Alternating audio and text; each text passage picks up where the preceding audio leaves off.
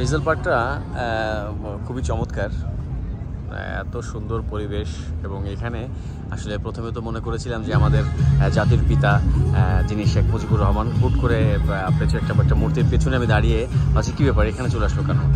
পরে আসলে দেখলাম যে না, ইটস ওকে, আসলে এখানে এদিকের যে হিস্ট্রিগুলি সেটা এখানে দিয়ে রেখেছেন তারা।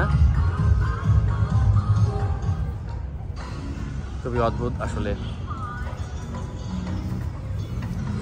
খুবই চমৎকার। এবং এই মাঝখানে যে একটা লেক করে রেখেছে, এখানে আসলে সন্ধ্যার পরে এখানে কিছু পানির ফোয়ারা আছে, এখানে কিছু পানির কাজ আছে, তো ওয়াটার আমরা যেটা বলি যে সো এখানে খুবই একটা কারুকার্য হয়, খুব সুন্দর লাইটিংয়ের ব্যবস্থা আছে এখানে, খুব সুন্দর লাইটিং।